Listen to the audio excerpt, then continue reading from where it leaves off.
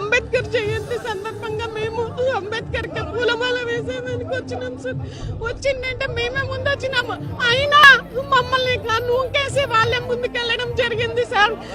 మీరు మమ్మల్ని అంబేద్కర్ విగ్రహం దగ్గరేనని నోటికి వచ్చినట్టు ఏళ్ళు చూపిస్తావు, నువ్వేమి మీ కథ ఏమి అని గలీజ్ మాటలన్నీ మాట్లాడినాడు సార్. ఆ మాటలు నాకు చెప్పడానికి రాలేదు, దయచేసి అర్థం చేసుకోండి సార్.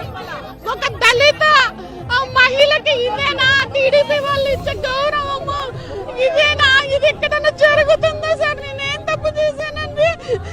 విగ్రహానికి దండకి వచ్చిందానికి అందరి ముందు అతను అనుచరులు అతను పచ్చి బూతులు మాట్లాడుతున్నారు సార్. ఆ మాటలు నేను మాట్లాడలేను సార్, మీరు అర్థం చేసుకోండి. మీడియాలో కూడా వచ్చినాయి సార్. అతను మాట్లాడి ఏళ్ళు చూపించి మీ అంతా చూసామే ఉదారాలు చేస్తాడారా? పనికి మళ్ళీ నీకు బుద్ధి ఉందా? అసలు గలీజ్ మాటలన్నీ మాట్లాడుతున్నారు సార్.